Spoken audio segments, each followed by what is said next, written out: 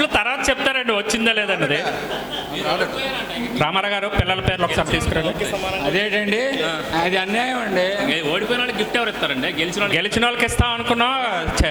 ఓడిపోవడం కోసమన్నా ప్రోత్సహించాలండి మమ్మల్ని. మళ్ళీ వచ్చే ఏడాది కూడా వాడాలి కదా.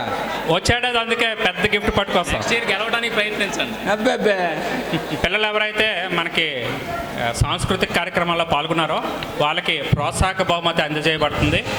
వీళ్ళు మన పిల్లలు ఎవరైతే డైరెక్ట్గా ఉన్నారో వాళ్ళు ఎస్విఆర్ మూర్తి గారు వాళ్ళకి ఒక శాలువా లాంటిది ఏదో బహుకరించండి అని ఇచ్చారు.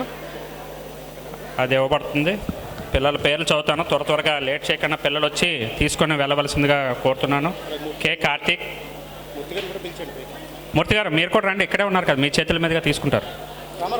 కే Karthik, P Kushal, G Sai Bindya, B Himasri, B Ganasri, Bhavya, Joshitha, Soumyasri, Varshini, Urvi, యషిత.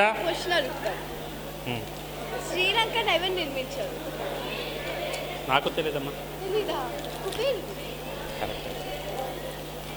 లోషికా Shri, Sai బిందు,